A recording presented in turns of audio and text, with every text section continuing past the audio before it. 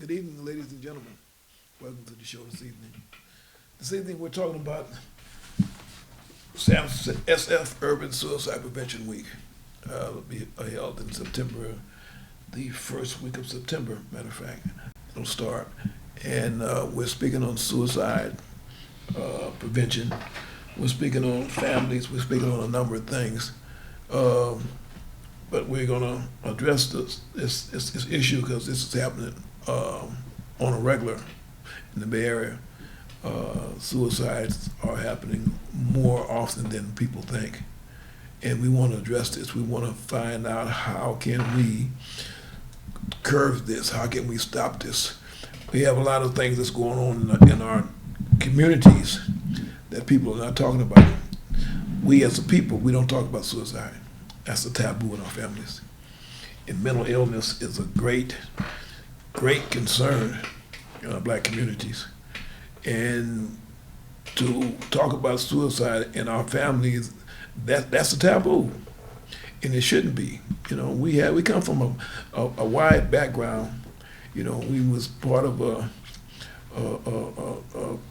a people that was brought here unwillingly. And a lot of things happen in our families over the years. And this goes on from generation to generation. It doesn't improve, and it's not going to improve unless we address the issue. So this is something that we have to address, we have to talk about. If we don't talk about it, it's going to escalate, it's going to get bigger than what it is. So we have to try to, like they words say, nip it in the butt, stop it before it escalates any bigger than what it is.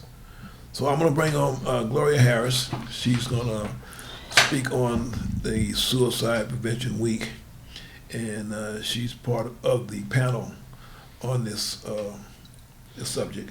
She had an incident in her family. Her sister committed suicide, and she saw it happen. So this is something that she's very familiar with. So we're going to bring on Gloria Harris and allow her to speak on the issues that really need to be talked about. Gloria Harris, how are you doing this evening? I'm doing okay. Good. We have this. You're a native of San Francisco, born and raised, and I as well, born and raised in San Francisco. And we have a problem that's going on in our communities, and it's not being addressed. We finally got a group of people, as yourself and myself, and we have a variety. We have Queen Vanessa, born and raised in San Francisco, baby Hunters Point, and she's the ramrod behind this. And she's putting this on, and we're taking part in this project that need to be addressed. What can you tell us about this? Well, we just had a Zoom meeting a few minutes ago with the panelists, and one thing that we noticed that's going on, that's still going on, is the suicide that my sister, that I witnessed, was in 1976. And me and my mom talked about it, I don't know, 20, 30 years later. And she said, I asked her, what did the psychiatrist say? And I remember my mom said, well, she's her own worst enemy, because she tried a couple of times before she actually succeeded in doing it. So as I got older and working in mental health, I know that when I looked at that and I thought about that, they just gave up on her and our family. So I don't know if that's, I don't really know what that is, because we had another panelist in a Zoom meeting today that just had lost her son in Hunters Point at 28 about 4 months ago, and almost the same thing, where they had him, he was in the hospital, and they after about 2 weeks, I think she said, and they released him, and nobody never even called him back. So we're trying to figure out what can we do to help the family, and to help the pain, and to help the trauma that's in the families, so that we can address that, to get the help they need, and not for it to be so taboo. Because they say mental illness, but I've seen that my sister, she graduated from nursing school, honor roll student, but it was some past trauma that was not addressed, and our whole family should have been in therapy, really. Mm-hmm. That would have really helped, because once you go into that dark room, whatever you're dealing with, and shine the light on it, it loses its power over you. So that's one of the things that we just discussed. We were just going over the speakers that's going to be on the panel and questions. It's going to be questions and answers, and the links to the Eventbrite. I guess we'll have that next week because Right. you have all the dates. Right. We have it starts September the 6th. It's a Tuesday. It'll be Mental Health 101, and then that Wednesday, that'll be the 7th. We're gonna host the support Zoom support circle preventions, provide a safe space for family members for formerly incarcerated, and we're gonna bring on the wives, the spouses, and the children. Along with that, that is gonna be on Wednesday from 6 to 8 o'clock, and we have the Zoom link for that. And then we have Thursday, we have the Thoughtful Thursday. That's the health and wellness host, Rafiki. He'll be online with that. And they have a candlelight vigil honoring all of our loved ones. That's gonna be live. That's gonna be live, Mhm. right? That's gonna be live. They That'll don't be set off. Thursday, September the 8th. And then we have Friday, September the 9th, Urban San Francisco Community Stories of the suicide incidents that took place over the years. But this is something, like I said, this is something that we really need to address. We don't need to sweep this up under the carpet, up under Right. the rug, so to speak, because that's what we do. We as people, we don't want to be involved in certain things, and that's something that we have to be involved. Because these are our people that's committing suicide. We want to know what's going on, what's taking you out of this world. Why are you leaving here when this is going on? What problems do we have that we can address, that we can help people with? Because people just don't all of a sudden just commit suicide. There's something that triggers a person to take their lives. And the whole family can be involved. The whole family has to So be involved. all of the family need to also get educated on the signs and what to do Mhm. and how to pull in and how to pull out. Because Exactly. sometimes we have to. Yeah, yeah. We have to. They said the old story, that old saying that a village. It takes a village to Yes. raise a family. It takes a village to solve these problems that we have. We Mhm. can't do this individually. Right. We got to do this collectively. We got to do this as a group and solve these problems that we're having, because our children are our future. That's the true saying. It was stated years ago. Our children are our future. And our children are being taken out of here at an early age. And it's bad for a parent to see their children leave. We're supposed to go before our children. We're supposed to leave for our children, and we're seeing our children leave. And it's a mean thing for us to be going to these funerals for these youngsters that committed suicide. And it doesn't make any And sense. sometimes they even have children, like my sister had two. Yeah. Your sister, she had two kids, and Two kids. you raised the kids that came afterwards. You know what I Yes. mean? So we have to address these issues. We have to be part of this, and we can't say, no, I got enough problems. No, you got a problem. You got a problem because you have to address the problem that we have in our families. They can't be left alone. Yes. They can't be left alone. So we want to commend these people that's behind this program, that's taking part in this program. Like I said, we have the starts on September the 6th, and then that's the Mental Health 101, and then that Wednesday that'll be the Multicultural Metamorphosis. Will host the support circle to provide a safe space for formerly incarcerated, and bring the spouse and the children on, because after a person comes home from incarceration, and after being gone for 20, 30, and 40 years, he's coming home to a family that he doesn't know, and they don't know him. The children don't know him. The wife really don't know him because she knows nothing other than the visiting room on a Saturday and Sunday. The children don't know because they get a certain age and they stop coming. They was forced to come as kids. But they get to a certain age and they stop coming. They don't even come see their father no more, because they don't want to spend the rest of their life going to a visiting room. They don't even know when their father's coming home. And that's painful That's painful. for them. So that's something that they have to address, that we need to address, because they have friends that don't have families and mothers that's incarcerated. Right. You see, and that's something that they have to deal with. mentally, and so Because they can't talk about it with right, nobody. they can't talk about it with anybody, and after a period of time, they might even get teased about their mother and father being in prison. We don't know. We don't know what that comes, with. So we have to address these issues and find out what can we do to stop this. It can be stopped, just like anything's created. This can be stopped. Yeah. And so We just need to make awareness, especially for the suicide, because we don't have enough in the black community, because that's really taboo. We don't have enough, I guess, resources and awareness. Like in the hospitals, when you go to the hospitals, they'll have on the board, on the wall, if you've been abused, but they don't have anything about suicide in our community.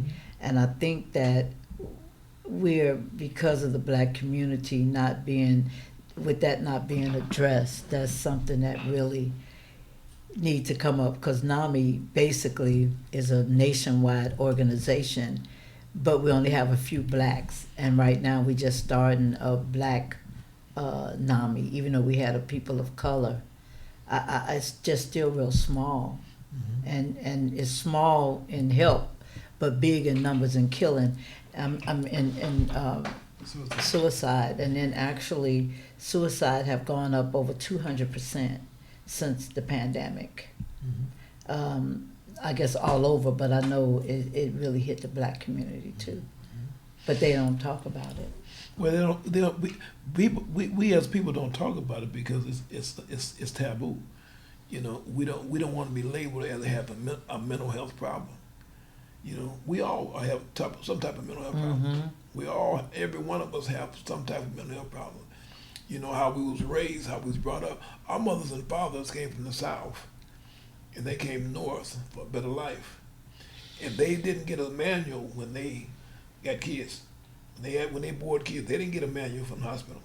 They had to raise them children on their own, or what they would learn from their ancestors. And what they learned from their ancestors wasn't too much. They had to go out and pick cotton every day. Yeah, it was about surviving. See, they had to go out and get behind that mule and plow the fields. That's what my mother and father did. You see what I'm saying? They was from Texas and Louisiana, so they had to go out and plow the fields and pick cotton and different things, And so we didn't get the raising of the children the way that we really should have gotten. We just got what was passed down from ancestor to ancestor. You see, so when they say you have a mental illness, well, we're going to take you as retarded. We're going to take you as being something that you're not, and that's not what it is. Having a mental illness don't mean that you got off breed or you thrown out. That doesn't mean that. We have problems. I got problems. I got serious problems. You see what I'm saying? And I need to see a psychiatrist. I need to see somebody to talk to. I don't see nobody. I need to see somebody real bad. But I deal with my inward. I got a brother I talk to. I got people I talk to. But we need to have somebody that we can talk to, because we got serious issues that need to be addressed. And that's the key, what you just said, is talking. Right. We don't talk because we grew up, I think, with this trust issue. We don't trust nobody. So when people come to us, we push them away because we think, I don't know, I guess just the way we've been raised up, but I found that for me, in talking, is so much freedom now in my life. That's why I'm able to discuss this, so I can help someone else. It had been a time I couldn't talk about this. It was a time that after it had happened, when somebody even asked me about her, and I had to tell them she died, it was like somebody stabbed me in the stomach. Then when I tell them that she committed suicide, when they asked me what happened, another stab. Oh my goodness, it was so horrible. But as I began to talk about it, write about it, talk to a therapist, talk to a sponsor, the more I talked, the better I healed. And now I couldn't really express it. Easy became, because it was something that you might have been ashamed of at one time, but it's not nothing to be ashamed about. Right. It's nothing to be ashamed about. This is something that happened. This is part of reality. It's happened. We have to address. They say if you don't know where you come from, you're not gonna know where you're gonna end up. So you got to know, talk about what happened in order to end up in a safe place. That's right. And the day you're in a safe place, we're in a safe place. So we have trauma in our lives. You know, I went to prison. I did a long time in prison, and I went to prison. I'd never been to prison before. And when I went to prison, it was a whole new world. You know, I seen killing, I seen all kinds of stuff. You know, and that was a new world to me to have to adjust to living under those kind of conditions. You know, I got PTS. And people say, "You got what?" I got PTS. I hear certain sounds outside in on the street, and I turn around and look. I jerk at. I see people walking down the street with their fists, with their hands in the fist. I look at the fist because I don't know what's happening. You see what I'm saying? So that's something that I haven't dealt with yet, but I still got that to today. You know, so we got to address certain things. We got to make sure that we, as a people, can address the issues that we have. We can't be ashamed of them. We can't be ashamed of them. We have to address our issues. You know, so that's part of our history. That's part of our everyday life today. And then, and admitting we have the. First of all, you got to admit. Yeah, because I realized with my sister, from some of the writing and stuff I did, is that it started from abandonment. Because people say, "Well, I ain't had no trauma." What trauma? Well, abandonment. Because when my dad got out the service, he was no longer living with us. So and by me taking on the foster kids and adoption, then that I've learned about abandonment, and that was very, very big. Mm-hmm. Abandonment is it can be really, really big in someone's life, because that's why my sister committed suicide.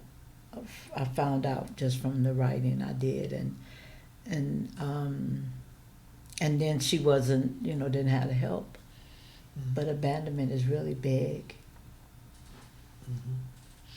Well, we want to make sure that we have these dates and the times that this event is going to happen and take place in the next couple of weeks, and we want to invite everyone to come out and take part of this.